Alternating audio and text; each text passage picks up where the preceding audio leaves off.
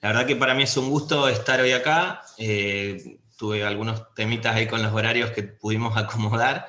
Y quiero agradecerle fundamentalmente a los organizadores, a la universidad, a la Secretaría de Extensión y el Observatorio de Graduados, y a abogados y abogadas pluralistas por esta invitación, y por invitarnos también y permitirnos a Celi, Javier y a mí armar esta propuesta, que más allá de que cada uno la va a abordar desde un ángulo, tuvimos la posibilidad de conversar para tratar de que sea provechoso para todos y todas los que están asistiendo hoy.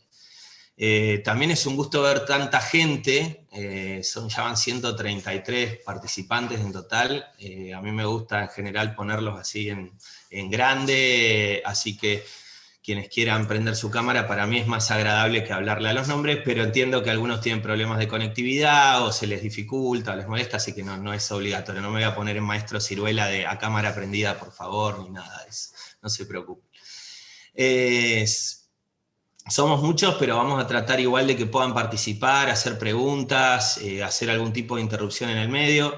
En el chat en general me cuesta a mí leerlo y además exponer y además prestar atención a la participación de ustedes, pero aprovechando que somos varios, les pido a Javi o a Celi, por lo menos en mi exposición, que si hay alguna pregunta en el chat que amerite la interrupción cuando estoy hablando, me la formulen. Abran sus micrófonos y me la hagan, así se vuelve un poco más interesante y hay un poco más de feedback.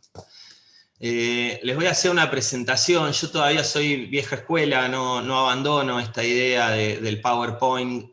La realidad es que la utilizo muchas veces como guía para no irme por las ramas, porque, bueno, justamente, como les señalaba, en la vieja escuela uno acostumbrado a dar 4 horas de clase, suele extenderse en demasía muchas veces. A ver si puedo ampliarlos a ustedes y ver más. Bueno, veo solo muy pocas caritas.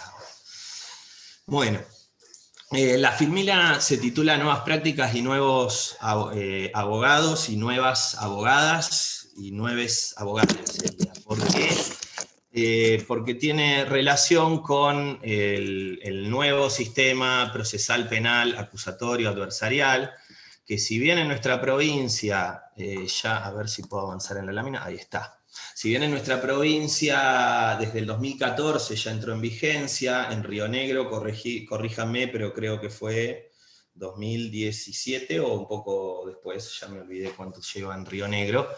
En el federal todavía, en lo que hace a la región del Comahue, que es Neuquén, Río Negro, todavía toda esta región patagónica no entró en vigencia el nuevo Código Procesal Penal Federal y todavía tenemos el procedimiento mixto.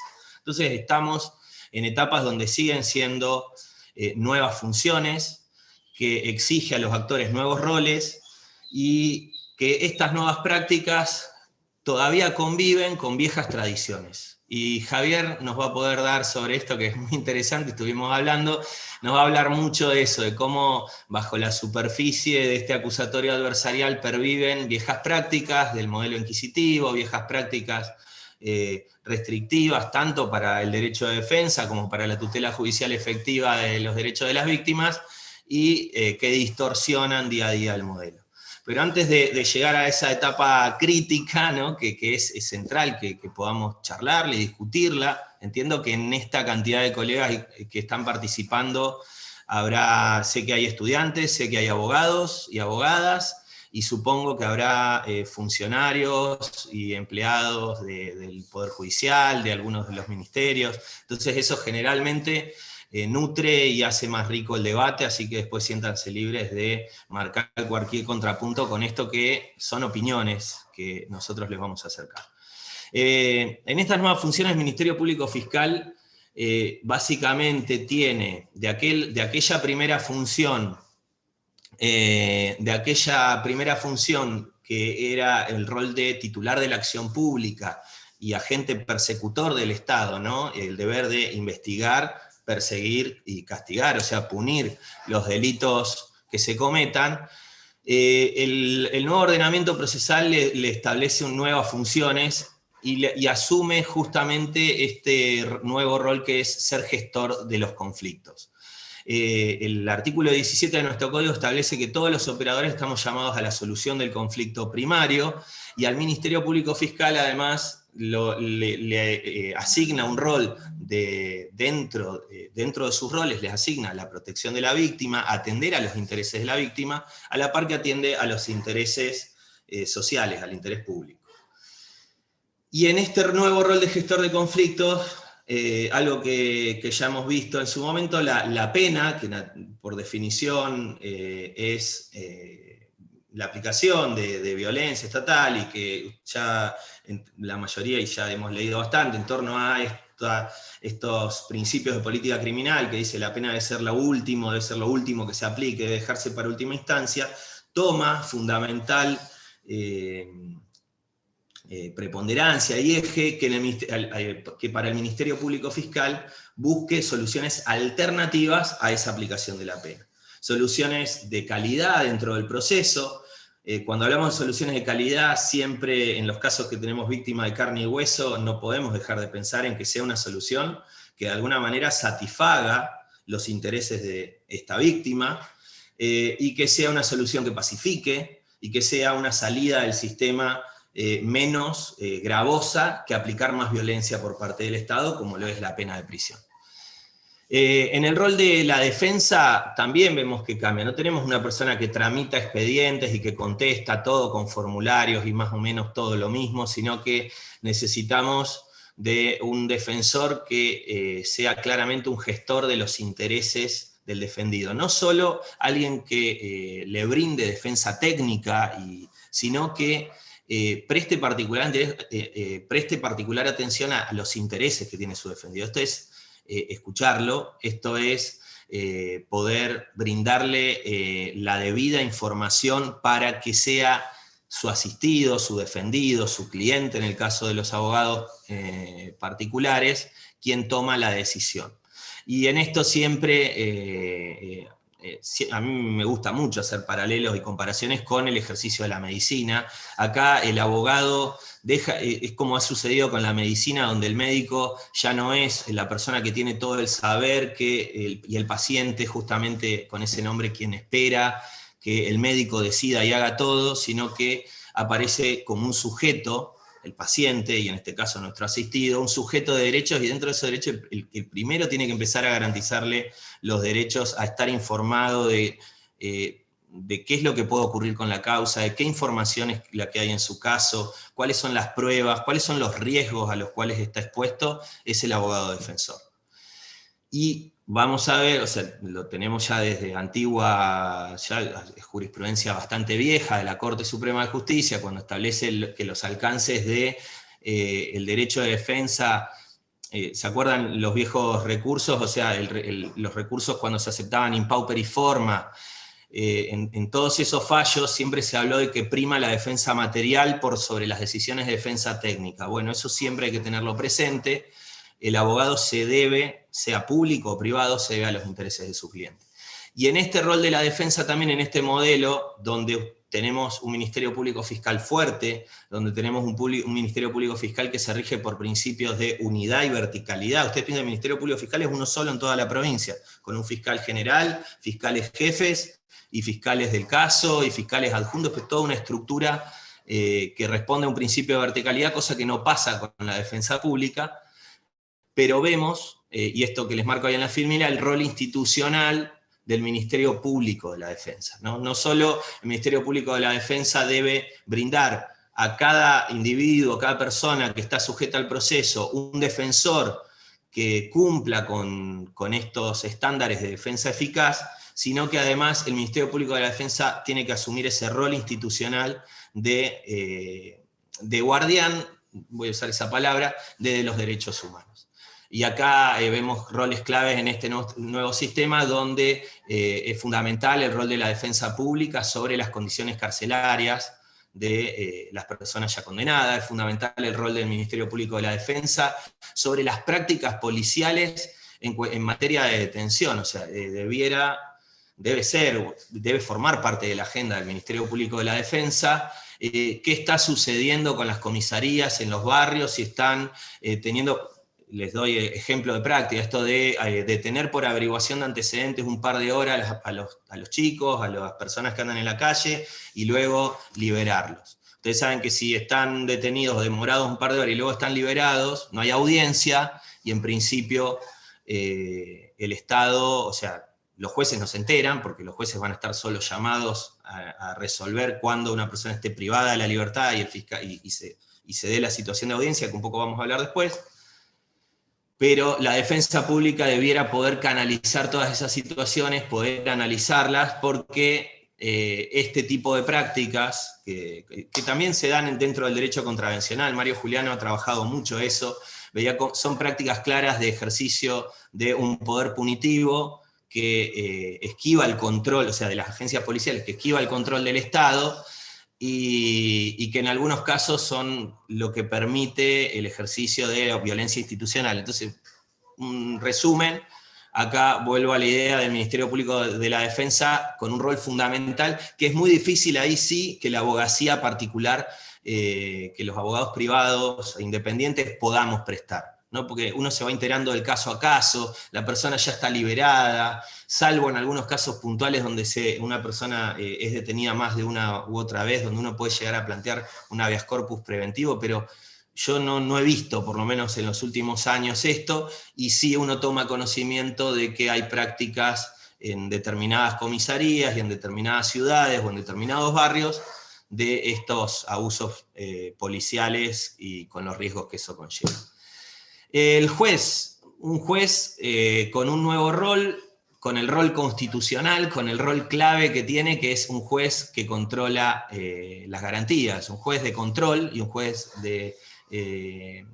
garante de la Constitución, de los derechos y garantías de la Constitución Nacional. Un juez que ya no se ocupa de investigar, como todavía sigue sucediendo en el fuero federal, donde tiene la carga de averiguar la verdad y además de garantizar los derechos de las partes, sino que es un juez que va a estar llamado a intervenir cuando las partes adviertan o necesiten avanzar en su investigación o necesiten una decisión jurisdiccional para poder avanzar, como es en el caso de la acusación, o necesite, como es el caso de la defensa, el resguardo de determinado derecho, es decir, hasta acá la Fiscalía se está pasando, señor juez, y nosotros venimos a exigir que se respeten los derechos de nuestro asistido.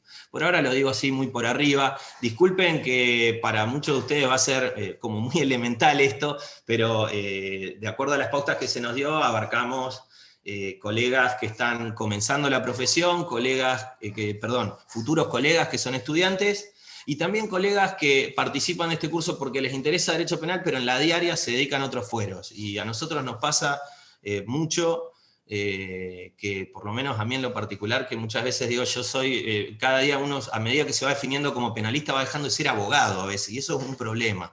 Por suerte, por lo menos en mi profesión, me puedo respaldar en un colega, en un socio que tiene ese conocimiento amplio, porque cuando los penalistas solo nos cerramos en nuestro fuero, tenemos inconvenientes a la hora de gestionar los conflictos con una visión mucho más amplia.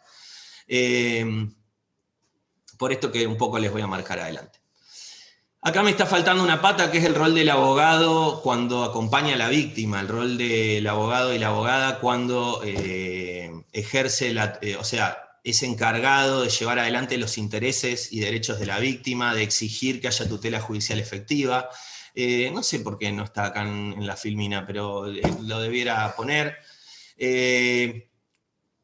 Pero eso es fundamental porque ahí en las prácticas a veces se dan diferentes situaciones, a veces acá primero hay discusiones técnicas, el rol del querellante, si es un querellante adhesivo, un querellante con facultades autónomas, si es autónomo hasta cuándo. Todo eso no quiero spoilear la exposición de Javier, pero es importante todo este debate en torno a cuáles son las facultades de querellante y cómo quedaron previstas en nuestro código.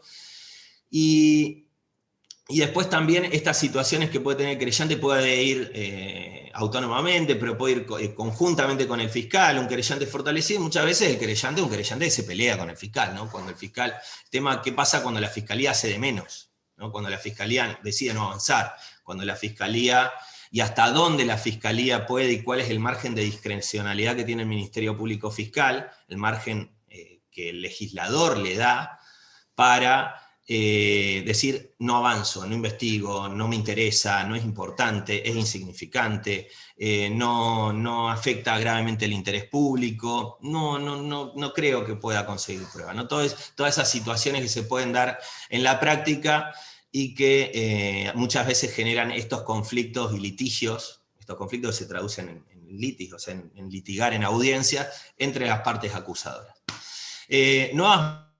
Justamente a partir de estas nuevas funciones y nuevos roles, hablamos de nuevas metodologías que tiene que ver con esta segmentación entre tener en claro por lo menos estas 3 etapas previas a llegar a un momento que es la audiencia, y después vamos a hablar de la audiencia. En el modelo adversarial es el espacio fundamental de gestión por lo menos de gestión de lo controvertido, ¿no? Cuando hay discusión en el escenario del derecho procesal penal acusatorio y adversarial, se va a dar en una audiencia, ¿sí? Esto no significa que no se discuta antes, esto no significa que las partes no dialoguen antes, no traten de llegar a consensos o traten de manifestar desde el disenso, por ejemplo, entre querella y fiscal, acompáñame a mí porque tengo razón por tal o cual circunstancia que lo hablen antes. Eso no quiere decir que no haya diálogo. De hecho, el sistema adversarial exige que las partes dialoguen.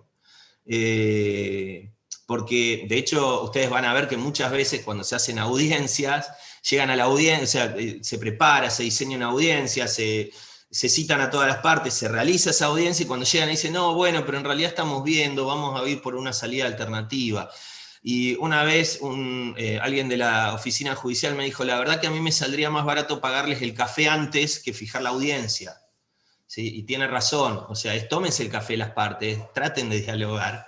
No es la audiencia el espacio para venir a dialogar. La audiencia, si ya viene el juez, preséntenle si hay acuerdo, y si no, hagan el trabajo antes. Pero para llegar a esta decisión vienen justamente estas etapas, ¿no? Lo primero es etapa de análisis del caso. Es clave, esto es que les punteo ahí muy rápidamente, tiene que ver con la herramienta que usamos en algo que se llama, o sea, voy un poquito más atrás. El nuevo modelo acusatorio adversarial necesitó de nuevas herramientas pedagógicas, ¿no? Para cómo aprendemos a ejercer la profesión. Nosotros veníamos de una tradición escritural de muchos años y necesitábamos ahora, bueno, ¿cómo me preparo para la audiencia? ¿Cómo llego? Entonces, y algo que es central del nuevo sistema es que exige que los operadores, desde el minuto en que nosotros tomamos contacto con el caso, empecemos a estudiarlo, a evaluarlo y empecemos a tomar decisiones. Como les señalaba, la defensa tiene que evaluar el caso, poder hablar con su defendido y llevarlo al defendido a que tome una decisión. Vuelvo a los médicos, es como que estamos en urgencia, ¿no? Llega, analizo, diagnóstico, veo si necesito algún estudio más, algún informe, hago el diagnóstico del caso, veo la de máxima y la de mínima, y le digo, señor, estas son las opciones, ¿qué hacemos? ¿Sí? Y eso es un poco el trabajo nuestro. No sé si tan rápido, no sé si tan película yankee, no creo, pero dependiendo de cómo ejerza la función o el flujo de casos que uno tiene, un poco eso es lo que tiene que hacerse. Y la dinámica para hacer esto, hay, por suerte, hoy ya hay bastante escrito sobre técnicas de litigación. Dentro de eso, ustedes van a encontrar, por ejemplo, hay un libro de Moreno Holtman que está exclusivamente abocado a una herramienta que se llama teoría del caso. Y ustedes van a empezar a ver que la mayoría de los operadores ya no dicen, esto es lo que pasó, dicen, mi teoría del caso es, ¿no? Mi versión de lo que pasó es tal cosa.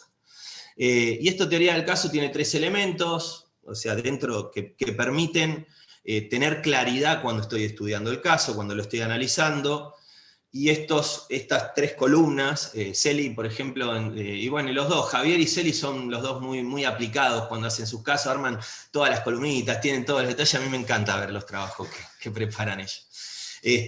Donde justamente identifican los hechos del caso, los hechos relevantes, los hechos desnudos, situaciones hay un montón, pero uno tiene que saber qué es relevante para el caso. Y en esto siempre uno tiene la música de los hechos y la música del derecho, ¿no? Que esto es qué normas legales aplican. No solo Y piensen siempre que en el derecho penal no es solo derecho penal, no solo es el tipo penal. Muchas veces a partir de que nosotros encuadramos determinada conducta, necesariamente nos vamos a tener que ir a otras normas. Cuando hablamos de causas de justificación, no necesariamente están legisladas en el Código Penal. Acá entra todo lo que es la dogmática penal, entra el Código Penal y entra todas las leyes penales especiales, entra la parte general en el análisis de las normas legales aplicables al caso, y también entra toda la evaluación de las herramientas procesales que tengo, ¿sí? De acuerdo a la escala penal, es un caso que permite la suspensión de juicio a prueba, es un caso que permite una salida alternativa, es mediable este caso, permite que conciliemos las partes, permite un acuerdo económico y eso evita el juicio y eventualmente la aplicación de pena. Bueno, eso es lo que forma parte dentro de las normas legales aplicables al caso. Y la identificación de los antecedentes disponibles, acá está medio abierto, pero esto tiene que ver con la información del caso. Y empezar a evaluar cómo voy a probar las cosas. Y cuando yo empiezo a tomar contacto con el caso, y esto es muy interesante porque tiene que ver con las facultades que tienen todas las partes de investigar, fiscalía, defensa y querella, tengo que pensar en la lógica de esto, cómo lo voy a probar. Tengo el principio de libertad probatoria, puedo probar cualquier cosa a través de cualquier medio, tiene que ser lícito, y ahí viene el ser creativo también, y hay ciertas cosas que están estandarizadas, y otras que hay que ver cómo lo demuestro, y empiezo a proyectar, empiezo a imaginarme medidas de investigación, y el límite de lo posible, entra la variable económica en esto, porque podría hacer tal cosa, sí, pero no tengo los recursos, no cuento con el experto que haga eso. No lo tengo, se lo pido al fiscal, el fiscal dice, yo no voy a gastar ese tiempo y plata en un caso que es así chiquito. ¿Sí? Siempre me acuerdo, y era un caso de homicidio, ustedes piensen, por ejemplo, los estudios de ADN todavía no se hacen en la provincia. Por lo menos hasta donde tengo entendido, los últimos casos que he visto, incluso siempre el laboratorio de Bariloche. Y dependiendo del caso, y tienen un costo que la provincia paga por cada caso. Entonces, en este caso, vamos a hacer un estudio de ADN, el cuchillo es casi flagrante, me decía una fiscal una vez. No lo vamos a hacer. Digo, bueno, depende, porque si vamos a ir a jurado, yo necesito demostrarle al jurado que la sangre que está en el cuchillo es del muerto. Por más de que alguien... Porque no quiero dejarle ese hueco a la defensa, yo era querellante en ese caso, no quiero dejarle a la defensa de nunca pudimos saber de quién era la sangre del cuchillo. Con solo imaginarme ese argumento en juicio ante un jurado, no lo quería. Por más de que hay testigos que dicen que ve cuando tiró el cuchillo después y que el cuchillo estaba ensangrentado y que no habría otra explicación. Yo decía que gastemos la plata. Obviamente no era mía, era el Ministerio Público Fiscal, pero si no, iba a tener que ir a una audiencia y decir, señor juez, esta medida que no quiere ordenar el fiscal, hay que ordenarla, es necesaria. Bueno, y en ese caso, para tomar la decisión de esa medida de prueba, en realidad, fíjense, lo que pasó fue, durante la investigación, en este periodo de 4 meses, la persona estaba privada de la libertad, el diálogo fue con la defensa, y fue con, mirá, hay algunas medidas de prueba que están en camino, yo las voy a pedir, pero ¿hay posibilidades de acuerdo? ¿Hay posibilidades de abreviado? Sí, no.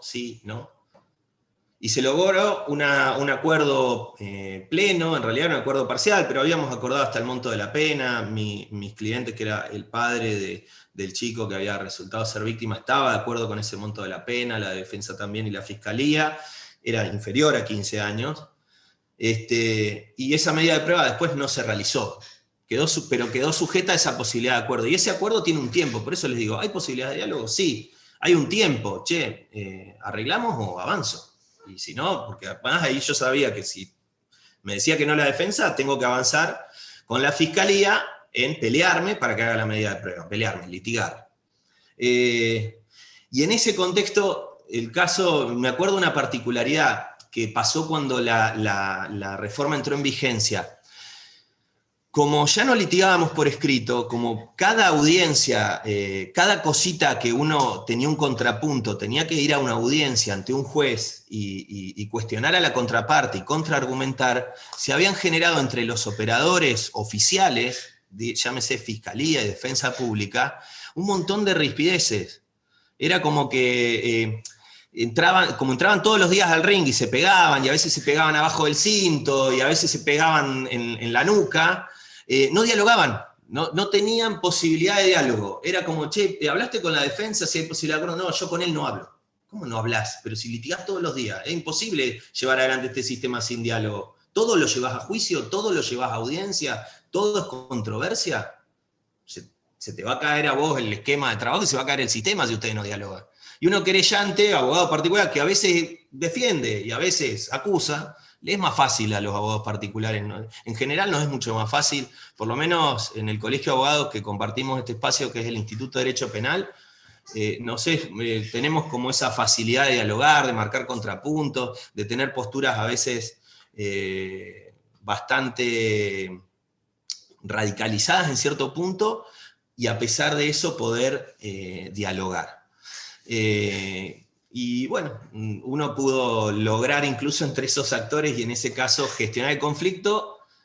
A mi cliente nadie le iba a devolver la vida de su hijo, no era ese el tema, pero él quería una respuesta que le parezca justa y eso fue lo que se logró, por lo menos para mi cliente. Y en esto viene justamente el punto 4, uno hace todo este análisis del caso y en la tarea diaria lo que tiene que hacer siempre es proyectar el caso. Y acá vienen estas cuestiones de proyecto el caso y bueno, y ahí viene también saber las consecuencias. Uno no puede asegurar resultados. Les digo a veces proyectar el caso, tengo un ejemplo de mala proyección del caso. Una vez me fui hasta Zapala pensando que un piedrazo iba a terminar en una probation, un piedrazo en la cara, y terminó en un juicio por jurado, por tentativa de homicidio con alevosía, ¿no? Pero habíamos tenido un diálogo, yo proyectaba mi caso en que esto era una probation, o sea, un piedrazo, lastimó la cara, un garrón, qué pena, terminamos en suspensión de juicio a prueba. Hasta se había conversado con el acusador público, pero bueno, después siempre le digo a mis clientes, si aparece querellante es otra cosa, cambia, se reconfigura esto, porque también depende de cómo, qué, cuál es el interés. Y siempre hay que tener presente cuáles son los intereses de las víctimas. Y eso un poco tiene que ver con esta alerta que les pongo ahí al final, que es identificar el conflicto.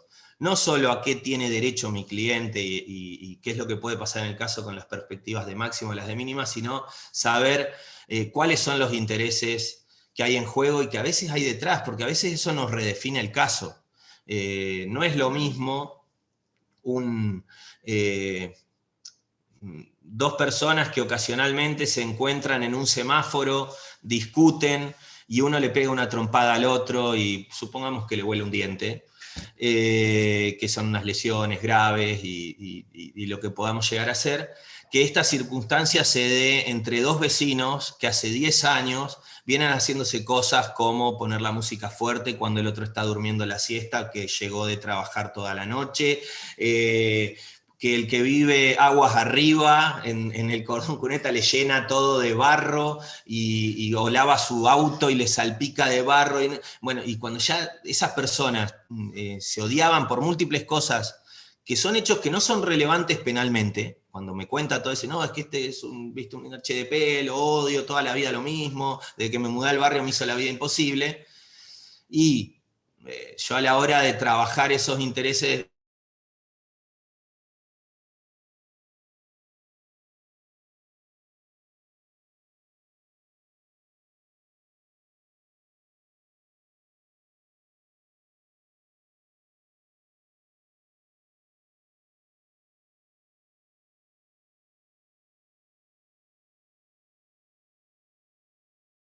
Se le cortó la comunicación a Emma. A ver si podemos restablecer.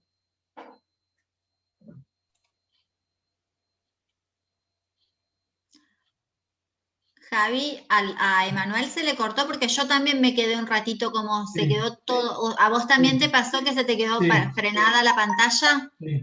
Ah, ahí está. A ver si vuelve a... Por ahí salió. A ver si vuelve a sala de... A ingresar.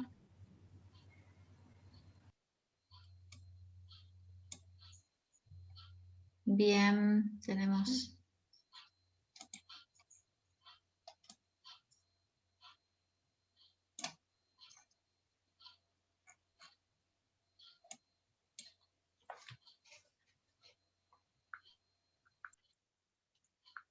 A ver, le vamos vamos a llamar.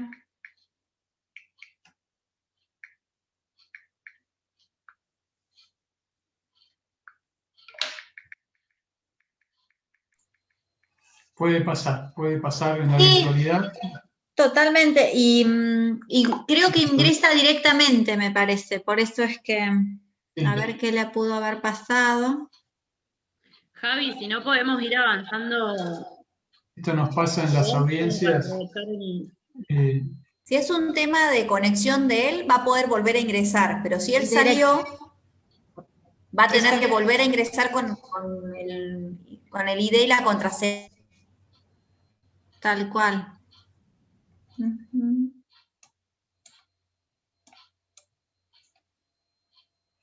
Bueno, hasta que, a ver. Yo creo que lo está intentando, ni siquiera me contestó. Ahí no estoy mandándole.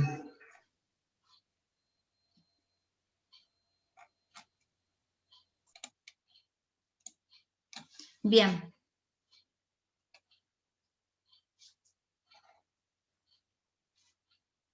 Ahí, a ver.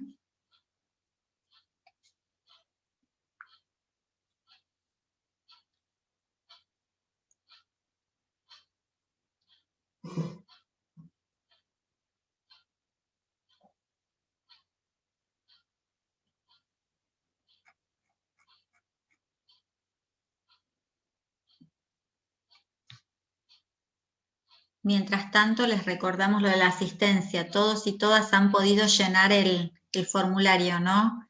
Es importantísimo ese tema de la asistencia. Perdón, Cari, ahí me avisa Emma que se está reconectando. Así que bueno, esto es una realidad que nos pasa también en las audiencias de forma diaria, en esta nueva modalidad. Ni hablar cuando tenemos los imputados en las comisarías, se complica mucho más todavía la conexión, porque realmente en las distintas jurisdicciones que se encuentran en las comisarías se hace realmente dificultoso, ni hablar cuando están en las unidades de detención. Así que bueno, es parte de la normalidad que estamos teniendo ahora en esta realidad virtual. A ver si no se puede conectar, si no voy compartiendo pantalla como para ganar un poquito más de tiempo.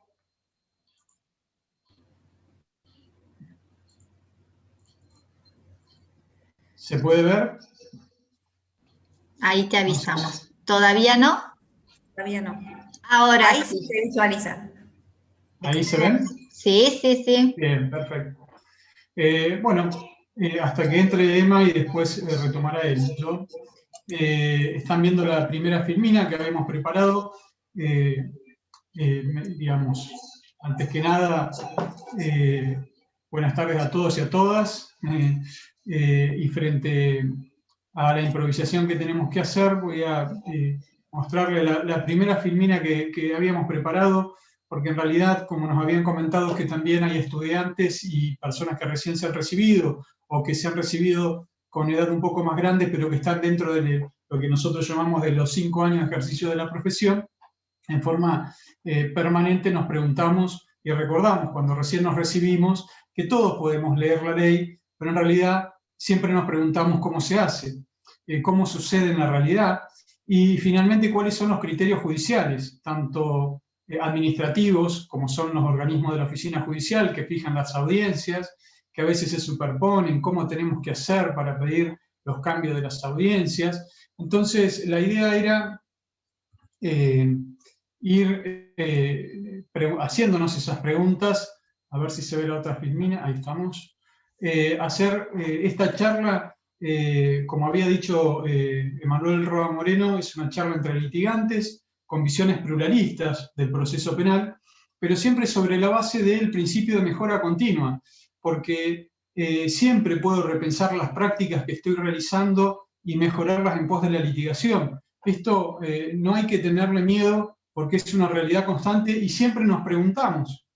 Y todos vamos a transitar por esta audiencia, yo lo pongo a modo quizás chistoso, cada vez que vamos a a una audiencia siempre nos preguntamos, ¿no? Vamos a estar en vivo, están las cámaras, están las partes, y depende del rol que tenemos y que vamos a cumplir en una determinada audiencia, siempre nos pasa por el cuerpo un poco de adrenalina, porque eso hace lo que es la oralidad en el proceso, que lo bueno y que nos ha hecho madurar a todos, porque las cosas se dicen en la cara, lo tenés al juez en la cara, todo se está filmando, y eso hace un poco elevar la temperatura corporal a veces, y siempre en el marco del respeto con los colegas, porque en definitiva, si es un fiscal o un defensor público, siempre vamos a estar viéndonos en forma permanente, quizás nos vamos a decir, y vamos a tener un debate dialéctico de tesis y antitesis, el juez va a poner la síntesis, pero vamos a vernos en una audiencia dentro de media hora en la otra sala.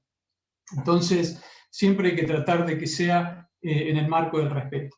Fundamentalmente, entendemos que, como dijo Emma Roa, este proceso penal hace muy poquito que arrancó en la provincia de Neuquén, todo se aprende, estamos en un sistema acusatorio que hoy tiene 8 años, es decir, es un niño, y como dijo Emma, también viene de cierto antecedente de la cultura yanqui, porque se toma el sistema acusatorio donde todos los operadores estamos aprendiendo en forma permanente. Es decir, los abogados, los defensores, los fiscales, los jueces, llevamos pocos años con una cultura como por ejemplo la de los Estados Unidos. Yo estuve capacitándome allá 3 años seguidos con este sistema, y realmente ves que allá tienen más de 180 años de experiencia y todavía siguen fijando criterios.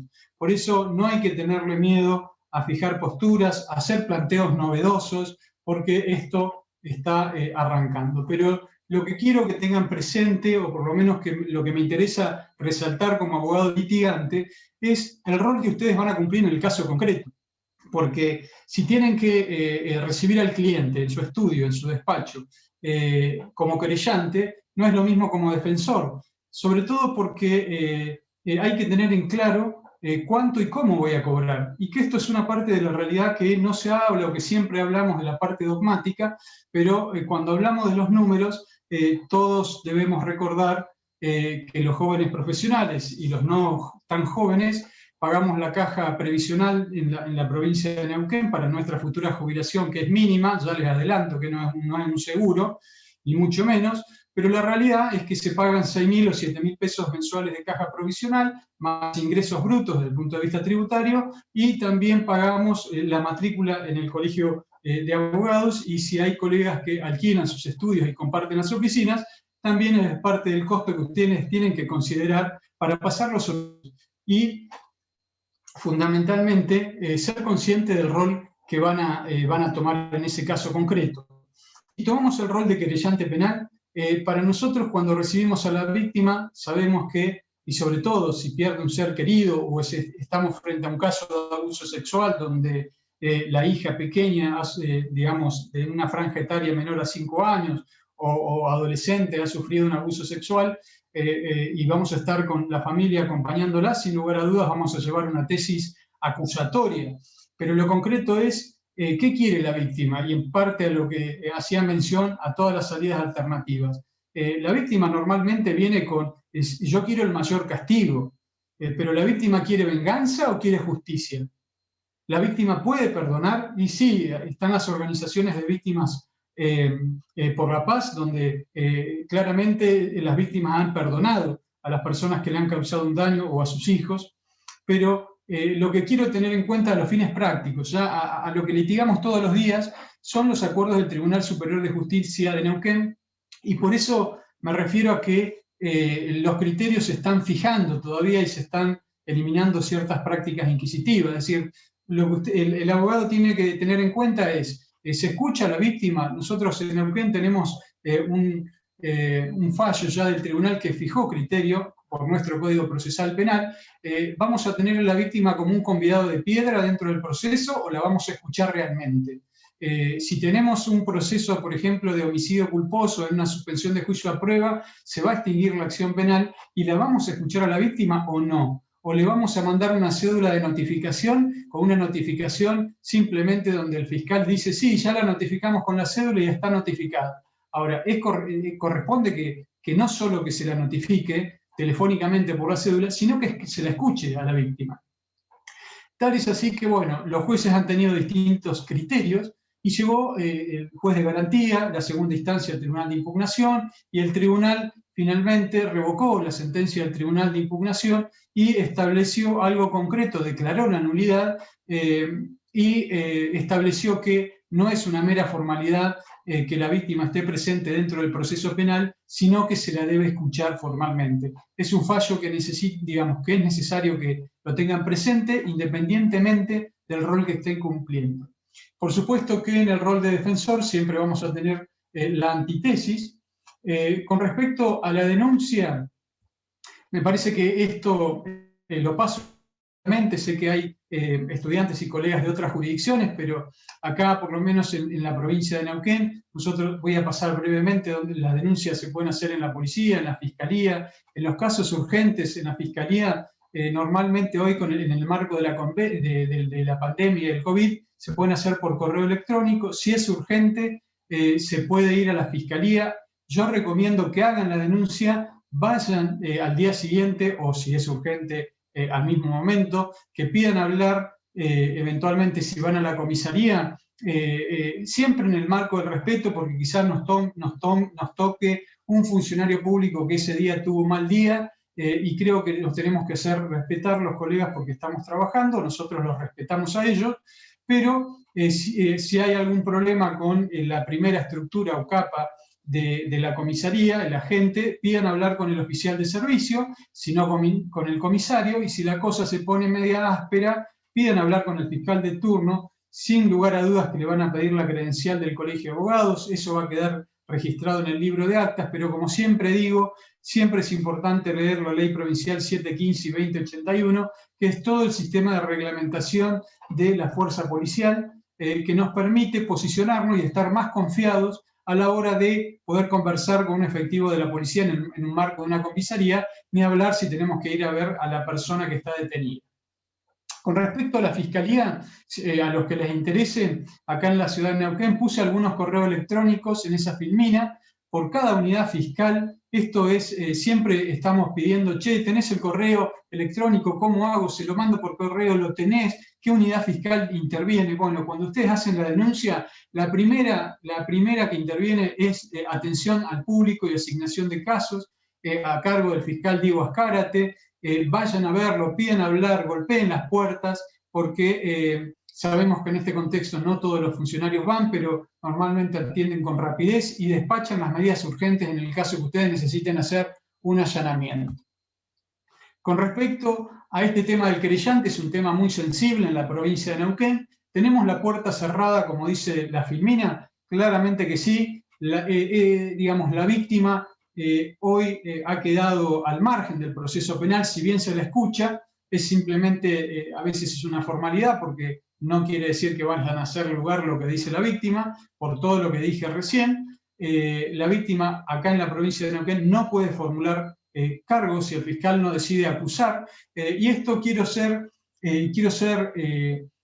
noble y de buena fe, porque hay fiscales que son, digamos, sumamente serios y comprometidos con su trabajo, pero tienen tanto trabajo a veces que no alcanzan a procesar todas las causas. Y esto es una realidad que a veces por una cuestión de política criminal no quieren formular cargos, y nosotros como querellantes, si estamos cumpliendo ese rol, la víctima nos está diciendo en nuestro despacho, en nuestro estudio, doctor, ¿por qué el fiscal no quiere acusar? Yo le estoy pagando a usted.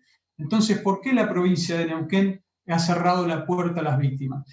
Paradójicamente, Neuquén en el Código Procesal ha tomado el Código Procesal de la provincia de Chubut, y la provincia de Chubut tenía el querellante autónomo. Sin embargo, ahora y no lo tomamos legislativamente. Pero además de esto, el Código de Río Negro, que hace muy poquito que entró en vigencia y que además de haber entrado en vigencia aprendió de las malas experiencias de la provincia de Neuquén, sí tiene el querellante autónomo, y la verdad que yo lo tengo acá a 3 kilómetros. Cuando voy a tomar un caso en la ciudad de Cipolletti, que ya es la provincia de Río Negro, tengo mucha mayor facilidad si tomo un caso como querellante. El nuevo Código Procesal Federal también prevé la figura del querellante, autónomo y también el Código de Buenos Aires, y también sé que los últimos códigos de la última generación de sistema acusatorio a lo largo y ancho del país están estableciendo la posibilidad de que el querellante pueda formular cargos de manera autónoma. Ahora, esto se discutió en el ámbito judicial, llegó a la máxima instancia de la provincia de Neuquén, donde confirmó en el acuerdo Barreiro del año 2016 y después en el acuerdo Comisaría Primera. Este es un caso, el último que me ha tocado llevar a mí, hasta el Tribunal Superior de Justicia. Obtuvimos la misma decisión y bueno, hoy estamos esperando que se reforme el Código Procesal para ponerlo de alguna forma a la altura de las circunstancias. Ahora, ¿qué ocurre si la Fiscalía formula cargos, imputa el delito, pero después decide bajarse de la acusación porque entiende que no tiene evidencias suficientes como para probar el hecho en esa audiencia de control de acusación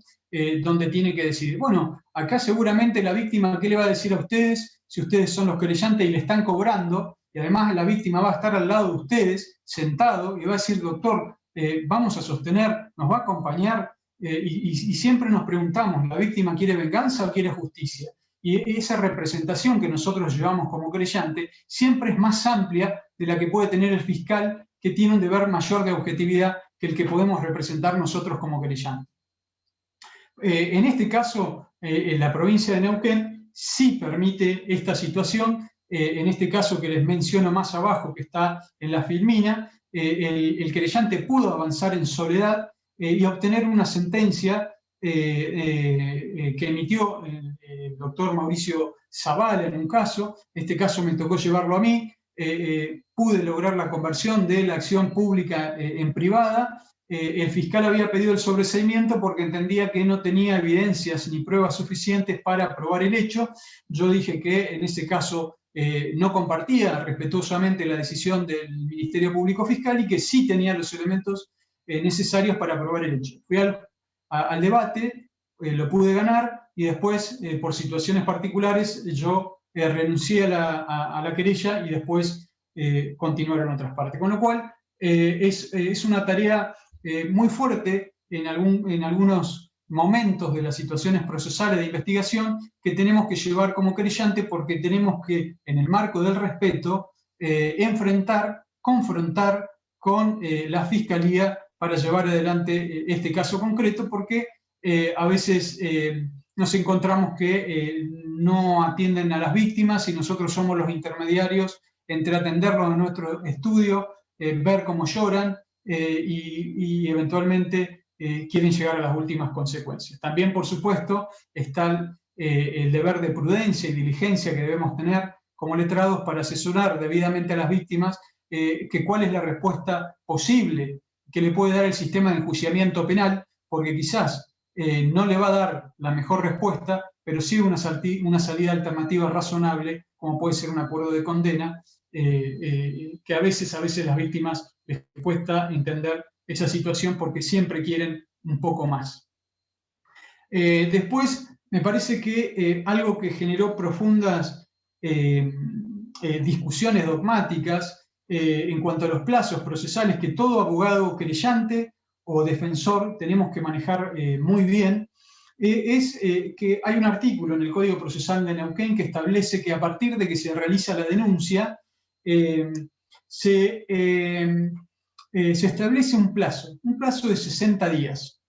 Ahora, este plazo de 60 días del artículo 129 generó estos debates en el sentido de que es un plazo ordenatorio o es un plazo de caducidad.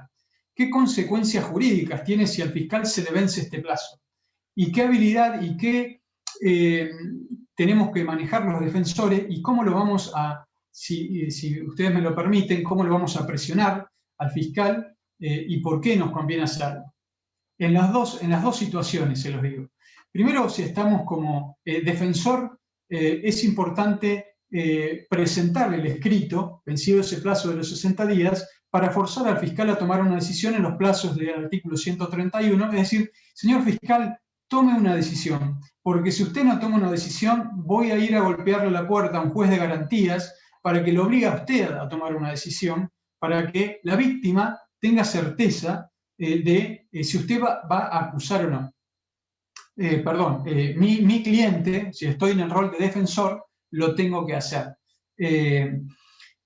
Esto es una cuestión estratégica, porque después esto se relaciona con otro artículo del plazo razonable del artículo 87 del Código Procesal Penal, que el plazo no puede ser, digamos, toda persona tiene derecho a ser juzgado en un plazo razonable no mayor a 3 años. Si estoy como querellante, también me conviene hacer ese mismo planteo. Por supuesto, hay que ver la situación puntual en la que estoy, pero por 2 situaciones. Porque uno, cuando está en un estudio jurídico, donde hay otros colegas que hacen daños y perjuicios, por 2 motivos. Primero, porque el querellante necesita darle una respuesta a la víctima que le dice, doctor, ¿qué va a hacer el fiscal? ¿Va a acusar o no? ¿O va a archivar la causa? ¿Yo voy a tener justicia o esto va a quedar en la impunidad? Entonces, no, déjeme que voy a hablar a la fiscalía, hablo con el fiscal, a ver si va a tomar una decisión. Por supuesto, vamos. Pero cuando queremos cortar por lo sano y vemos que no tenemos respuesta, necesariamente tenemos que pedirle al fiscal por escrito, con un escrito muy simple que diga, señor fiscal, en los términos del artículo 129 y 131 tome una decisión, y el segundo punto del escrito tiene que decir, bajo apercibimiento del artículo 36, inciso primero, que es ir a pedir una audiencia al juez de garantía para que lo controle a usted y que usted tome una decisión. Punto. Esto me parece que son datos. Esto llegó al Tribunal Superior de Justicia, se resolvió en un fallo en agosto del año 2017. Finalmente, este es un fallo que realmente recomiendo su lectura, porque el Tribunal Superior de Justicia, con la Sala Penal integrada en aquel momento con la doctora Genari, el doctor Elosul Arumbe, un profesional del derecho penal, que ya venía dentro de la estructura del Poder Judicial, integraba el Tribunal de Impugnación y después asumió al Tribunal Superior de Justicia, cambia su criterio con la consecuencia jurídica de este plazo del artículo 129, y es muy bueno leerlo porque dice, bueno, con el paso del tiempo, la experiencia me ha hecho repensar esta consecuencia jurídica del plazo, y hoy entiendo que este plazo del artículo 129 no puede vencer tácitamente para generar la consecuencia jurídica de lograr la caducidad de la extinción de la acción penal y el sobreseimiento. Porque voy a tener 2 valores en cuenta, que es la impunidad o darle una respuesta a la víctima. Entonces, frente a la impunidad y darle respuesta a la víctima, tengo los derechos enfrente del defensor, que me viene a decir tome una decisión o no. Y este es un fallo muy interesante que me parece que tiene que estar en la caja de herramientas de todo abogado, querellante y defensor. El otro fallo y el otro planteo que ha dado que hablar muchísimo es el plazo de la investigación penal preparatoria. Nosotros acá en Neuquén, a partir de un acto procesal que es la formulación de cargo, la imputación del hecho que se le va a endilgar a la persona que está sindicada del delito, corre un plazo de investigación ordinaria de 4 meses, prorrogable, por supuesto, de acuerdo a la complejidad de la investigación y las medidas de prueba que puedan llegar a estar pendientes. Pero lo cierto es que nosotros, ¿qué hacíamos como defensores? Contábamos el plazo de caducidad porque esperábamos que al fiscal se le venza el plazo, y íbamos y predíamos la caducidad de la extinción de la acción penal y el sobreseimiento. Y esas son las reglas de juego que tenemos en nuestro sistema procesal. Ahora, cuando estamos como defensor, como querellante, la realidad es que estamos contando el plazo para que no nos ocurra esta situación. Bueno, esto llegó al Tribunal Superior de Justicia con un debate muy fuerte también. Hay un acuerdo que es el acuerdo 4 del 17, es el acuerdo Muñoz, y un mes después, el 26 de mayo del año 2017, ¿qué se discutía? Porque ¿cuál es el corazón del caso? Se discutía, yo voy a descontar el plazo de los 4 meses desde que la víctima hizo la denuncia, o lo voy a contar desde que realmente el fiscal investigó, pasaron los 60 días, tiene los elementos y la evidencia colectada y viene a formular cargo y pide la audiencia de formulación de cargos. Ahora, el problema estaba que a veces el fiscal tenía 11 meses, 10 meses, en estado de incertidumbre un legajo y no venía a formular cargos. Entonces, esto de 10 meses es este caso que se discutió, en estos casos que yo estoy mostrando acá, el Tribunal Superior de Justicia, no estoy diciendo absolutamente nada nuevo, y el tribunal revoca la decisión, en este caso del Tribunal de Impugnación de los doctores Repeto, la doctora Deyub y el doctor Sommer, en aquel momento, y decide que el plazo de los 4 meses de investigación se va a tomar a partir de la audiencia de formulación de cargos. ¿Por qué es importante que tengamos en cuenta los argumentos o los fundamentos jurídicos de una u otra postura? Porque es lo que decía el doctor Roa Moreno. Nosotros somos abogados litigantes y cumplimos ambos roles. Y eso nos permite tener una visión más amplia de lo que pueda tener una persona que todo el día está haciendo defensas o todo el día está haciendo acusaciones.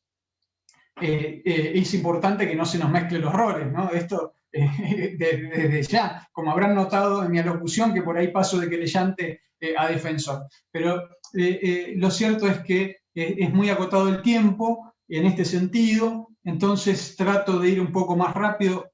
Ustedes me paran, o Cari me para si me quieren hacer alguna pregunta. La otra, voy pasando algunas filminas.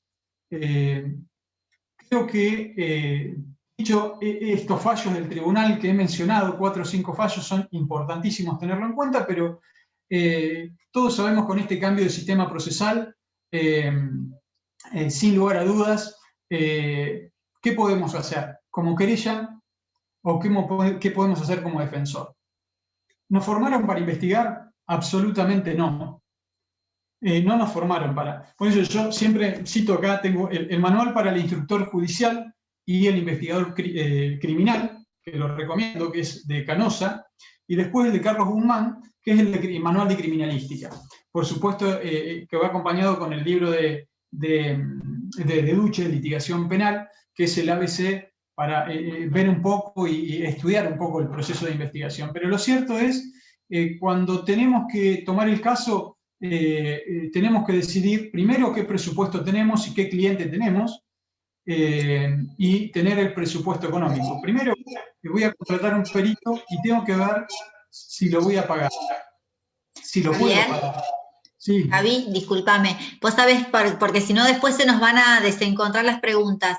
Nos preguntan si podrías repetir los últimos 2 fallos y si podrías volver a repetir las lecturas. Viste que vos dijiste recién estos libros porque no alcanzaron a copiarlos, como bien, para que los tengan y se los guarden. No hay ningún problema. Gracias, Javi. No, por favor. Estos fallos, a quienes interesen, los vamos a enviar a todos. Quédense tranquilos y tranquilas. Los últimos acuerdos es el acuerdo 4 del 2017, causa Muñoz, y después tenemos el acuerdo Quilodrán del 17 de agosto del 2017. Pero que le vamos a enviar todos los fallos, no hay ningún problema. Los libros criminalística de Guzmán, este es, la verdad que es bueno porque nos posiciona a los abogados. Este es el manual de instrucción penal, de investigación criminalística, es un ABC, y el manual de litigación. Esto lo dan acá y también lo tenemos presente en Latinoamérica. Dicho eso, lo que quiero repasar en la litigación es, cuando ustedes están en el despacho, no solo le tienen que pasar el puesto al cliente, los abogados penalistas no cobramos barato, para nada, el caso por todo lo que representa y la exposición real que van a tener como defensor, los casos graves y eventualmente todo lo que uno tiene que pasar, las amenazas que recibe. A mí me han llegado a cortar los frenos de la camioneta. Entonces, todas esas amenazas, todas estas situaciones están también dentro yo creo, de los honorarios. Pero lo concreto es que tengo que revisar el presupuesto económico con mi cliente. ¿Lo puedo pagar? Si tengo que contratar un perito, un consultor técnico, que es distinto, o pago la consulta del asesoramiento puntual de un médico forense para determinar la causa de la muerte, la data de las lesiones, si tengo que contratar un perito en seguridad informática para analizar eventualmente el hackeo de una cuenta, las IP, los puntos de referencia georreferenciales, si tengo una pericia balística justamente para ver la trayectoria del proyectil, y además en lo que es psicología y psiquiatría en materia de abuso sexual, si acá por ejemplo un perito, para hablar de las cosas reales, un perito psicológico, psiquiatra nos está cobrando entre 40 y 70.000, 80.000 pesos, solamente hacernos el informe de cámara Gesell, pero además nos va a cobrar seguramente para ir a declarar en el juicio. Con lo cual, lo tienen que tener en cuenta al momento de tomar el caso. Y otra circunstancia que nos ocurre en la práctica a los abogados es que con este sistema acusatorio hay pocos profesionales que están preparados, realmente preparados, para ir a litigar. Me refiero a los médicos, a los peritos en general, psicólogos, psiquiatras. Entonces uno se tiene que juntar, explicarle, mostrarles a la audiencia de cómo es este sistema, porque estamos todos aprendiendo. Imagínense que si los abogados estamos aprendiendo técnica de litigación, los peritos que tenemos que llevar no solo tienen que tener ciertas solvencias para que las conclusiones científicas sean fiables, para que los jueces puedan resolver, sino que también tienen que tener de alguna manera una preparación por parte del abogado, mostrarle a las audiencias cómo declaran otros testigos y prepararlo mínimamente en cómo puede llegar a ser el contraexamen de la contraparte. La cuestión práctica que nos pasan también es qué pasa si tenemos que entrevistar a un imputado, digamos que tenemos que ir a verlo como defensor a un imputado que está detenido en un caso de homicidio.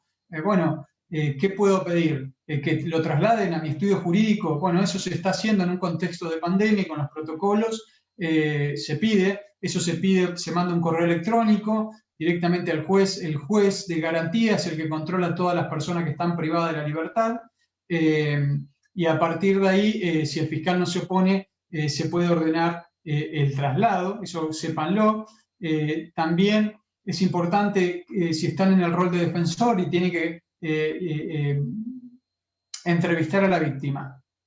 Realmente es un tema muy difícil porque los abogados nos estamos formando permanentemente en poder litigar con perspectiva de género, y si estamos en un caso de abuso sexual y tenemos que entrevistar a la víctima, hay que tener ciertas sutilezas, porque decir, bueno, la voy a entrevistar, la víctima se opone. ¿Qué hago como defensor? ¿Me conviene estratégicamente, si yo veo que el relato presenta ciertas fisuras o inconsistencias, como para poder entrevistarla? ¿Dónde? ¿En qué lugar? ¿En mi estudio? ¿O pido que sea en la oficina que tiene la Fiscalía en el tercer piso, que es un ámbito que podemos hacer una entrevista? Parecería que, por lo menos en mis casos, que me ha tocado como defensor, he pedido que sea en el ámbito de la Fiscalía, para tratar con respeto, que el fiscal esté presente en esa entrevista y poder tomar las entrevistas a la víctima.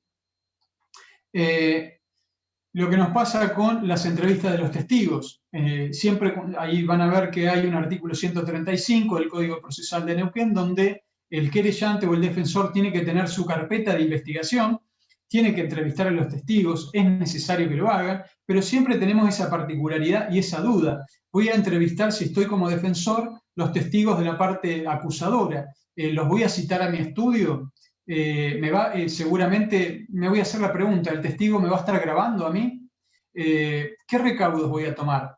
Lo voy a videofilmar, por supuesto, y es una garantía para el testigo y para ustedes, de que ustedes, para tranquilidad, le van a avisar al fiscal y eventualmente van a videofilmar con todos los recaudos legales como corresponde, en carácter de declaración previa, para que eventualmente de lo que diga el testigo en ese momento de que ustedes están entrevistando, ustedes lo puedan utilizar al momento de evidenciar contradicciones en el debate, o eventualmente hacer el ejercicio de litigación de refrescar memoria, depende el rol que estén cumpliendo en ese momento como querellante o como defensor. Por eso creo que es muy importante entrevistar, y eventualmente, si el testigo se opone, hay que ir a pedir la audiencia al juez del control de investigación para que nos permita poder hacerlo con todas las garantías necesarias. Y acá viene, me parece para mí, el arma más importante del litigante. Y yo creo que la herramienta que es indispensable tener, tanto para el defensor como para el querellante, es saber manejar muy bien el artículo 36, inciso 1, que es la audiencia de control. ¿Pero a quién voy a controlar yo como litigante? Yo voy a controlar al fiscal.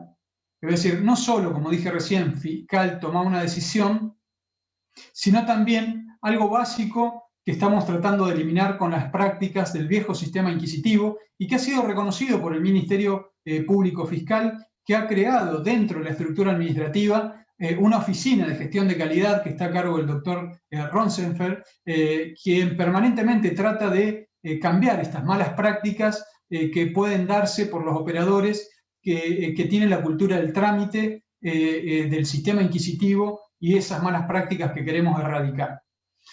Por ejemplo, acá pongo acceso al legajo. Cuando van como querellante o van como defensor, es muy importante siempre llevar un escrito listo, preparado. ¿Por qué? Porque ustedes van a pedir el legajo y le van a decir que el legajo no está, no sé si el fiscal se lo llevó a su casa, pero lo cierto es que hay un marco de respeto, primero porque nosotros estamos trabajando y cuando nos hacen esperar media hora, 40 minutos para que nos den un legajo, eso excede de la normal tolerancia y de la razonabilidad en el marco del respeto del trabajo que nos merecemos como litigantes. Entonces, con todo el respeto, dejamos un escrito que en el día de la fecha no pudimos tener vista del legajo y hacemos reserva de pedir la audiencia de control de investigación. Hay muchísimas audiencias de este tipo y de este tenor. Imagínense que al sistema mismo no le conviene, porque si ustedes como abogados litigantes van a pedir audiencia por esta situación, porque no pueden ver el legajo, los jueces de garantía le van a decir, señor fiscal, usted está armando una audiencia que sale más de 30.000 pesos por 15 minutos, los jueces no dan abasto en las audiencias de la cantidad que tienen, y el abogado viene a pedir una audiencia para que ustedes le den el legajo. Me parece que hay que mejorar esa práctica, porque el Poder Judicial gasta mucho dinero en cada audiencia. Pero ha pasado, y sigue pasando. Ese escrito, ¿dónde lo tienen que llevar? No solo también dejarlo en la mesa de entrada, sino también llévenselo al doctor Rosenfeld, que tiene la Oficina de Gestión de Calidad, para que internamente no se van a pisar la manguera entre bomberos, pero la realidad es que por lo menos es un llamado de atención administrativa para que se mejoren estas malas prácticas, y así está dicho en la propia resolución del Ministerio Público Fiscal. El otro tema que es muy importante, es como si ustedes están como defensores, pero también como querellantes, ¿no? Si no les entregan la información que llega por mail. Llegó un informe, el informe forense, el informe del Gabinete de Psicología y Psiquiatría, el informe de la policía. Ustedes tienen que permanentemente pedir esto, porque ahí van a tener un caso como defensores, cuando no les llega la pericia, por ejemplo, informática, y con eso depende de la resolución del pleito, su cliente los va a ir a buscar al estudio y le va a decir, doctor, ¿qué pasa? ¿Por qué no me entregan la computadora, los celulares que me secuestraron? Yo soy inocente, no tengo absolutamente nada que ver. Y la pericia tarda más de 4 meses. Bueno, ahí tienen que pedir la audiencia de control de investigación para que el juez, si bien el fiscal seguramente va a ir a explicar que hizo todo lo necesario para que le manden la pericia y que hay un orden de prelación de acuerdo a quién hace la pericia. Acá en Neuquén hay 2 organismos que hacen la pericia, del gabinete con el licenciado Gómez, que es el gabinete del Poder Judicial, y también la DAFI, que es una estructura del poder de la Policía Provincial que depende de la estructura del Poder Ejecutivo. Pero lo cierto y lo concreto es que ustedes tienen que ir al juez de garantía y le tienen que decir, miren, yo necesito que me determinen un plazo, 10 días, 15 días, 20 días, porque la verdad que tengo acá al lado a mi cliente que necesita no solo resolver su situación procesal porque lo están investigando de un hecho concreto que para él es muy grave, sino que además no puede trabajar porque tiene sus equipos y quizás esos equipos lo tienen que utilizar sus hijos también para la educación virtual. Es un caso que justamente estuve resolviendo la semana pasada.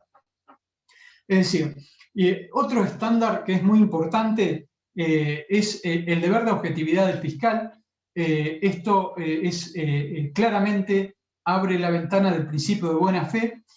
Yo puse el listado de evidencia, como el Código Procesal de Río Negro. La verdad que es excelente, nuestro Código Procesal Penal no lo tiene, pero siempre es bueno que nosotros pidamos todas las medidas y las diligencias que se están realizando, que se nos informe en tiempo. Por eso hay que hablar permanentemente en la Fiscalía y normalmente tenemos buena recepción de los fiscales de las medidas que pueden estar pendientes. Eso depende si estamos en el rol de querellante o en el rol de defensor y con el temperamento que estamos llevando adelante la querella o la defensa.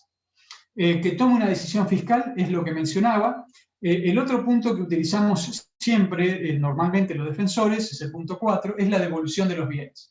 ¿Me va a entregar la computadora que secuestraron, el auto? Bueno, ese es un planteo que nos piden siempre los clientes, como que, en este caso, como defensa, que les devuelvan los elementos electrónicos o el vehículo. Bueno, es una discusión que siempre tenemos que dar, porque si pasa un tiempo razonable y se hicieron las medidas de investigación, podemos llegar a solicitarlo, y siempre los fiscales nos están diciendo que en los términos del artículo 23 del Código Penal, la ley, digamos, de fondo, con el artículo 154, en la medida que no estén, digamos, pendientes ciertas medidas y no sean imprescindibles para la investigación, no nos devuelven por lo general los bienes. Antes eran más remisos a entregar los bienes, pero después que empezaron a haber una lluvia de audiencias, se dieron cuenta que es mejor entregarlos, porque los fiscales tienen tanto trabajo que si tienen que ir a una audiencia por esto, van a ir directamente, van a estar en los tribunales todo el día haciendo audiencias por este tipo y realmente no van a dedicarse a lo que tienen que hacer, que es investigar los casos. Con lo cual, me parece que es una cuestión pragmática. ¿El testigo no se quiere entrevistar con el litigante? Bueno, es lo que mencioné recién. El punto 6, que sí me interesa que ustedes puedan tener en cuenta para los litigantes, es que acá en Neuquén tenemos dentro de la estructura administrativa del Poder Judicial los gabinetes de psicología y psiquiatría forense que hacen en materia de delitos de abusos sexuales los informes, como todos sabemos, de las cámaras Gesell, hacen el abordaje de la cámara Gesell y después hacen el informe, pero también hacen los informes, en este caso, de los perfiles de personalidad del abusador y eventualmente los informes también de las víctimas que hacen las denuncias. Acá nos hemos encontrado con ciertas dificultades, como son que a veces el gabinete se niega a entregarle a ambas partes, a veces ni hablar si sos defensor, los informes y los protocolos. Ellos le dicen protocolos, que son los test, y además los apuntes de trabajo. Bueno, acá el criterio que tiene el gabinete de psicología y psiquiatría es que al defensor no le va a entregar absolutamente nada, sino es a través del legajo. Es decir, que el defensor le tiene que pedir al fiscal que mande a decirle al gabinete que le entregue al defensor, cosa que me parece, la verdad, un criterio desacertado, con todo el respeto que se merece la gente del gabinete, que es muy responsable, pero lo cierto es que la estructura orgánica que depende del Tribunal Superior de Justicia tiene un criterio equivocado. Hicimos un planteo los abogados con respecto a esta situación ante el Tribunal Superior de Justicia y a quien le interese el acuerdo también se los pongo a disposición, donde expresamente el tribunal dice que los litigantes tienen que ir a una audiencia de control de investigación, exponer esta situación y decir por qué el psicólogo no se quiere entrevistar, que den cuenta de por qué no quieren entregar los informes, porque estamos hablando de que son funcionarios públicos, no son psicólogos privados, que están amparados por el secreto profesional en el marco y en el ejercicio de la actividad privada, sino que lo hacen en el marco del ejercicio de una función pública dentro de la estructura pública del Poder Judicial y por lo tanto no tienen el derecho ni, digamos, la obligación de reservarse esa documentación y no entregarla. Este planteo personalmente lo llevé hasta el tribunal, en ambas audiencias me han hecho lugar, incluso en las audiencias de control de investigación he pedido que citen expresamente al psicólogo y a la psicóloga para que explique por qué en una sociedad republicana y democrática que tiene que ser todo transparente, se quieren esconder las cosas. ¿Por qué? Entonces es una crítica que sostengo, mantengo, espero que a futuro se cambie. Pero la directiva del Tribunal Superior de Justicia es: señores, caso por caso lo litigan y den las razones suficientes, y eventualmente que los psicólogos expliquen, o los psiquiatras, por qué no quieren entregar la documentación. Ellos se amparan en el deber de confidencialidad de la persona que está haciendo el informe. Pero lo concreto y lo cierto es que ya los jueces de garantía los han intimado en el término de 24 horas a entregar esta documentación. Así que no se queden con un no. Golpeen las puertas, reclamen, utilicen estas audiencias, porque tenemos 8 años de un código procesal que es un niño que está todo por hacer. Así que no tengan miedo. De última, el juez le puede llegar a decir doctor esto o doctor aquello. Emma, creo que se reconectó. ¿Querés tomar, Emma, la palabra? Gracias, Javi. Sí, yo quedé, y no sé dónde quedé hablando solo, como loco malo, hasta que me avisaste vos, y ahí me di cuenta que estaban todos frisados. La verdad que estuvo muy clara la exposición, me gustaron todos los ejemplos que pudiste dar de todas las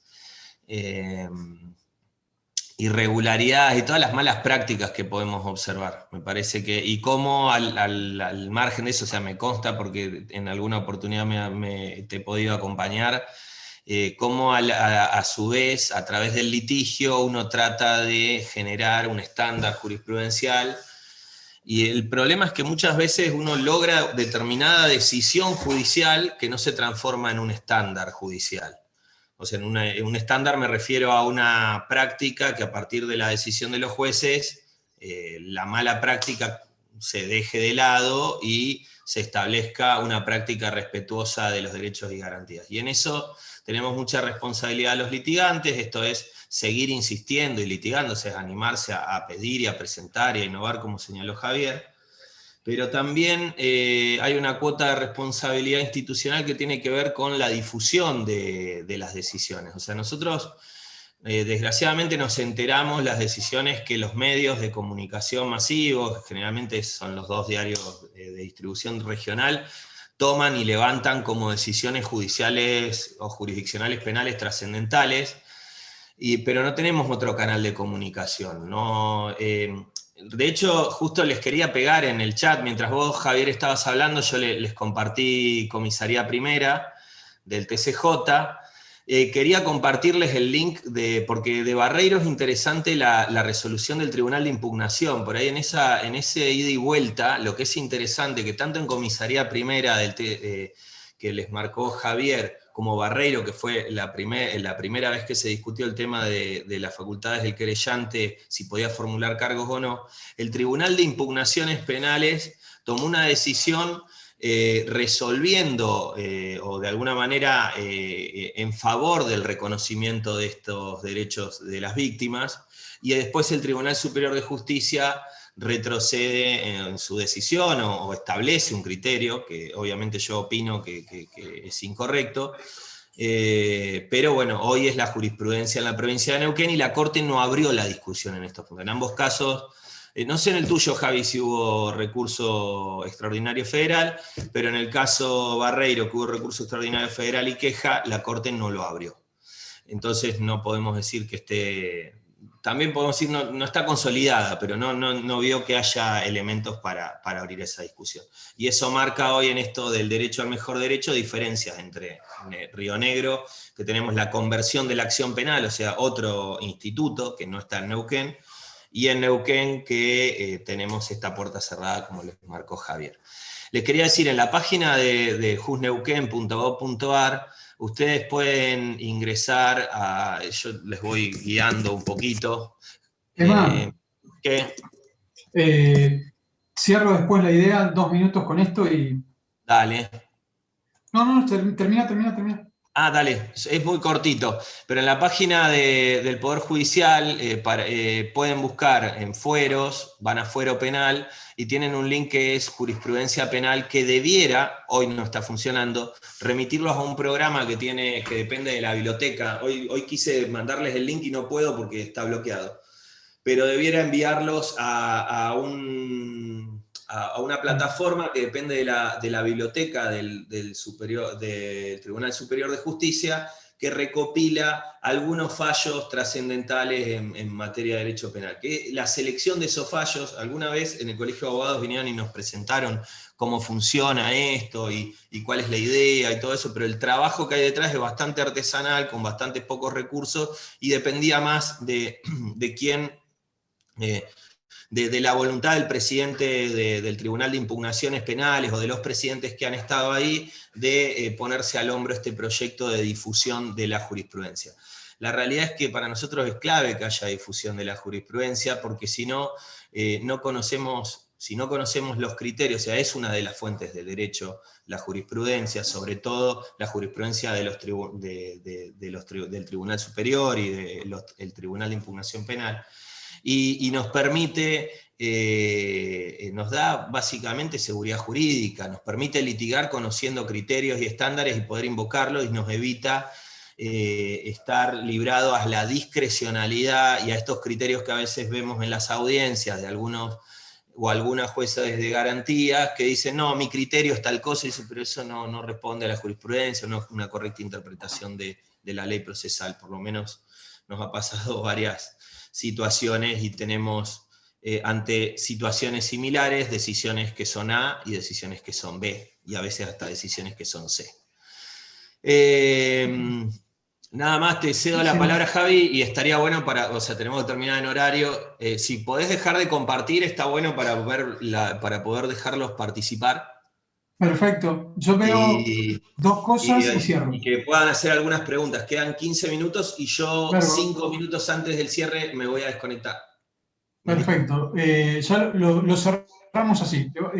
De todo lo que tenemos acá como, digamos, marcando la utilización de esta herramienta indispensable, donde uno tiene que ir a golpear la puerta al juez de garantías, creo que lo que hay que resaltar es la utilización del mecanismo del artículo 155, que es cuando se va a hacer la cámara Gesell.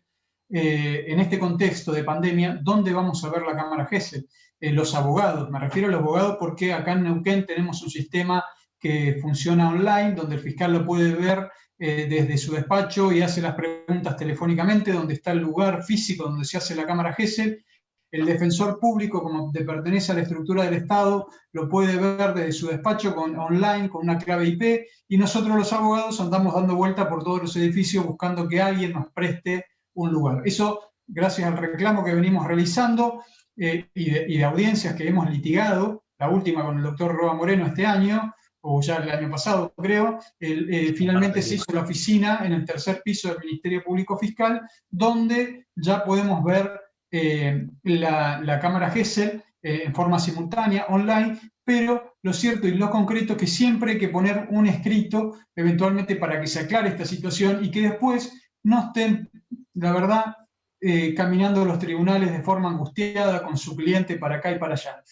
Pongan el escrito, señor juez, que se defina, voy a tener la cámara Gesell el día 10, voy a ir con mi asistido y se aclare, si no lo litigo con usted en la audiencia, y se terminó. Eso ya se viene resolviendo porque, bueno, los jueces vienen haciendo lugar. Ya como para ir culminando, bueno, tenía un par de diapositivas más, pero quiero cerrar con algo que me parece importante. Son todos fallos del Tribunal Superior de Justicia en determinadas materias, pero el que más me parece que es importante, ya como para terminarlo, es la garantía de ser juzgado en un plazo razonable versus la duración de la persecución penal. El Código Procesal de Neuquén es el artículo 87, donde siempre discutimos, ¿la acción penal está viva o está extinguida? Si estoy como querellante voy a tratar de impulsarla, si estoy como defensor, la acción se extinguió y me tiene que dictar el sobreseimiento de mi asistido. Ahora, el Tribunal Superior de Justicia ha venido determinando el criterio. ¿A partir de cuándo cuento el plazo razonable? ¿Desde la denuncia o desde la formulación de cargos? Bueno, el Tribunal Superior de Justicia terminó diciendo que era a partir de la formulación de cargos, pero en el último fallo del 27 de noviembre del 2020, es un caso de abuso sexual, por eso puse puntos suspensivos que recomiendo su lectura,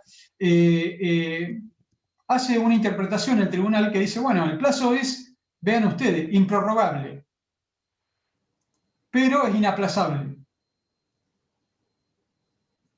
¿Y qué hacemos?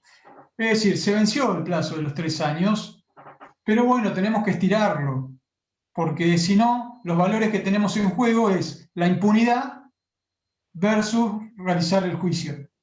Me explico, y además la garantía del defensor con todos los principios y los fallos de la Corte, ¿no?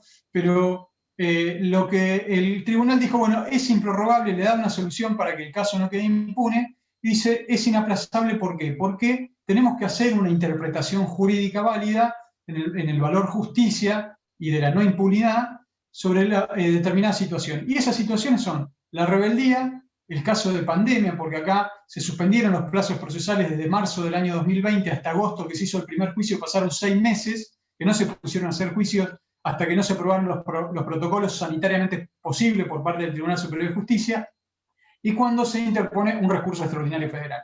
Con lo cual, siempre tenemos que manejar, me parece, esta jurisprudencia básica, con estos argumentos y fundamentos, para ir más tranquilo la audiencia, ni hablar de conocer los hechos. Así que, nada más, les digo gracias. Los que quieran los fallos me lo mandan, me mandan sus correos, se los puedo mandar a través de la doctora Karina Rojo, a quien le agradezco la gentileza de, bueno, y a los organizadores de haberme invitado. Nada más.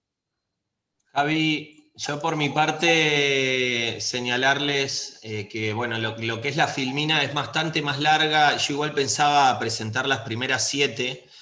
Se la alcancé ya se la envié a la doctora Rojo para que se las pueda, que tiene los correos de todos y todas las inscritas, así pueden compartirlo.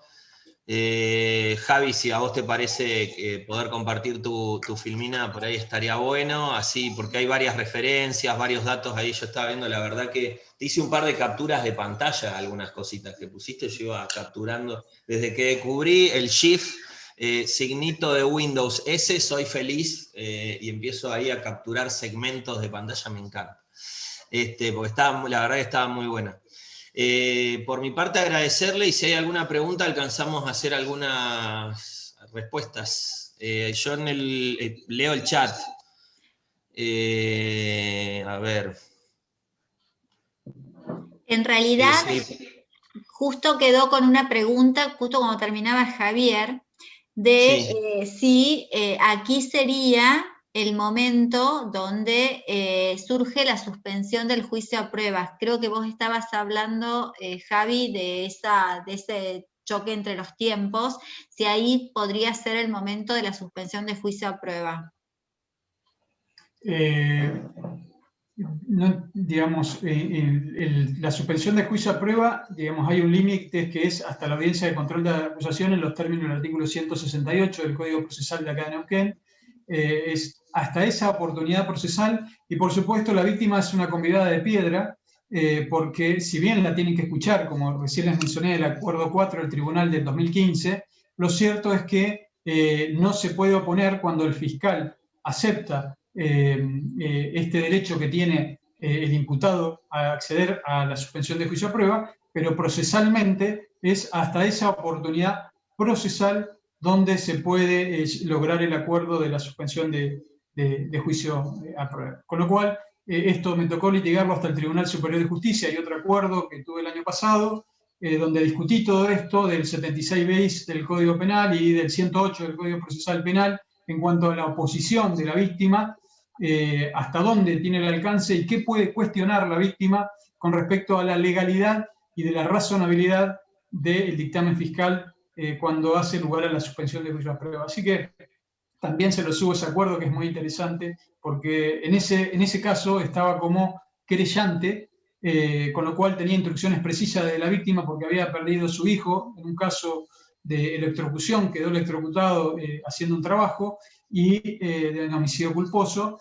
Logré la condena la semana pasada con también una suspensión de juicio a prueba en ese mismo caso. Pero sí, está el fallo del tribunal y se los mando a quien le interese. Un caso que tenía 2 imputados, Javi, o sea, suspensión de juicio a prueba por uno y condena para otro de los imputados. Exactamente. Sí, sí. Excelente. Otra pregunta que dejaron, creo que cuando vos, Emanuel, estabas compartiendo dónde podíamos buscar jurisprudencia, era el colegio. ¿Tiene una compilación de fallos en la página virtual? ¿Podemos encontrar algo en la página del colegio? No, en la página del colegio no, pero nosotros dentro de lo que es nosotros es el grupo de colegas que estamos en el Instituto de Derecho Penal, comenzamos a armar un drive donde estamos recopilando fallos, subiendo algunos videos de audiencia.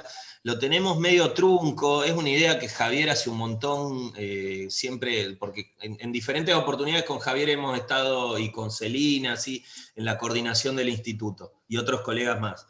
Y la verdad que el año pasado, cuando por lo menos asumí yo, intentamos reflotar el espacio para trabajar la jurisprudencia, es el COA, con H intermedia del Poder Judicial, que hay que mejorarlo, o sea, ahí hay videos, hay links, o sea, está trabajado por voces, tiene sumarios de los fallos, y la verdad que nos quedó pendiente empujar eso, que cuando uno habla con el Poder Judicial, y en esto me permito nombrar incluso al presidente actual del Tribunal Superior de Justicia, sabe que es útil, sabe que es necesario. El tema son las prioridades, sobre todo en este contexto, ¿no? Donde hay que atender a poner la puesta en funcionamiento de todos los fueros del sistema penal en el contexto de pandemia. Pero en algún momento eso hay que reflotarlo y es imperioso que esté. Buenísimo. Una pregunta que acaban de formular, dice, si la Fiscalía decide no formular cargos, ¿qué plazo tengo para pedir la revisión de tal decisión ante juez de garantía conforme artículo 36, desde la decisión de archivar la denuncia? ¿Se entiende la pregunta? Sí. Si la Fiscalía no formula cargos, entiendo que lo plantea desde soy la víctima, ¿no? O sea, y ahí habrá dos situaciones, si la víctima está constituida como querellante o no. Ante la desestimación de la denuncia, o sea, esto es no formulo cargos porque entiendo que no es delito, la Fiscalía ahí tiene la víctima tiene la posibilidad de pedir la revisión del fiscal jefe, que en la práctica se traduce en que la misma persona que desestimó, de luego del escrito donde piden la revisión, cuando la víctima se presenta por sí sola, ¿no? Y hace un escrito, pido la revisión, le dicen, presenta el escrito, la misma persona que desestimó hace un proyecto de resolución donde dice, confírmese la decisión del anterior, y se lo manda a la firma al fiscal jefe. Eso es lo que pasaba en la práctica, entonces uno tiene que lograr.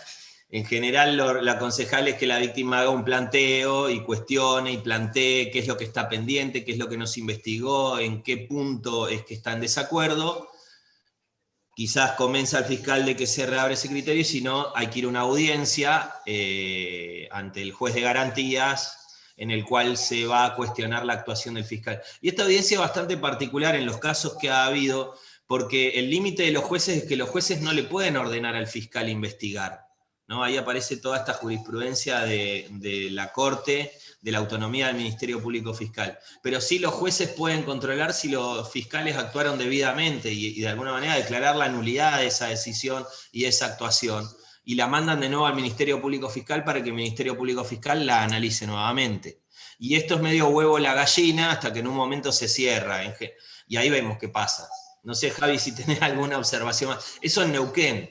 En Río Negro es bastante particular porque en Río Negro, como convirtieron la acción penal, o sea, uno tiene los fiscales, cuando el fiscal no quiere avanzar, dice, bueno, convierta la acción penal e investigue. Como si fuera tan fácil, como si fuera tan barato litigar, como si fuera tan sencillo hacerlo. Si el fiscal no hizo ninguna de las medidas de prueba, teniendo todos los recursos que tiene, y en casos complejos, o sea, me permito extenderme a casos mucho más complejos, la víctima no es la convierto y listo, ¿y ahora qué hago? Y ahora que empiezo a pedir medidas, o sea, usted siempre digo esto, la Fiscalía tiene a su disposición 5.000 policías en la provincia de Neuquén. Por más de que no dependan orgánicamente del Ministerio Público Fiscal. Pero créanme que si un fiscal jefe le envía una orden a un comisario para que se haga tal o cual medida, van y lo hacen, van, le traen a tal de las pestañas a declarar en la Fiscalía, hay activaron la alarma de casa, la voy a tener que desactivar. Segundito. Ya la desactivo. Créame que un fiscal tiene que, necesita medidas y equipos de policía a disposición también del Ministerio Público Fiscal en la investigación. Así que, nada, es distinto y es compleja esta situación. En Río Negro no hay control jurisdiccional de esta actuación de la Fiscalía cuando se mete. Yo, por mi parte, voy a cerrar, Javi, te dejo a vos, y gracias, Cari, y gracias a todos y todas los que participaron, ¿sí? Muchas gracias, Les mando un Emanuel. saludo, porque tengo que retirarme. Sí, muchas gracias, Un Emanuel. abrazo, muchas gracias. Acá quedó otra preguntita que justo estaba pendiente cuando hablaba, dice, ¿resuelve el mismo que dicta la decisión? Justo estaba hablando Emanuel. No, en materia de archivos siempre hay que solicitarlo al fiscal jefe, porque tiene más objetividad a la hora de revisar lo que el fiscal inferior entiende que no podría avanzar en la investigación. Así que es al fiscal jefe. Lo otro, digamos, vi ahí una preguntita que es interesante con respecto a la oficina judicial. Sí.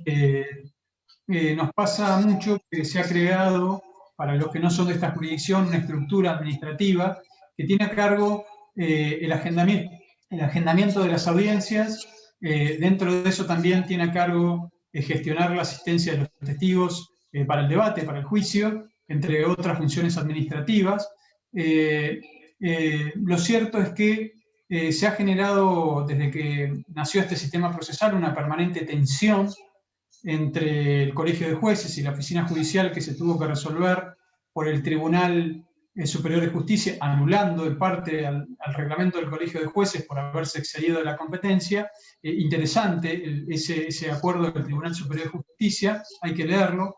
Y para entender también la Oficina Judicial hay que ver los acuerdos del Tribunal Superior de Justicia que aprueban los protocolos para entender el funcionamiento, y que cuando nos toque como abogados pedir, hacer algún planteo a la oficina que es de carácter administrativo, les doy dos consejos. Uno de los consejos es, humildemente, por supuesto, siempre con la experiencia que uno va teniendo, pero que le podemos allanar el camino a los más jóvenes. Lo cierto es que nos pasa que te dicen de la oficina judicial que ellos llevan la agenda de los jueces, no de los abogados. Punto. Listo. Ahora, ¿qué pasa cuando tenés superposición de audiencias? A mí me han fijado audiencias en forma paralela a la misma hora, ¿sí? Tengo un juicio y en el otro lado estaba en otro juicio.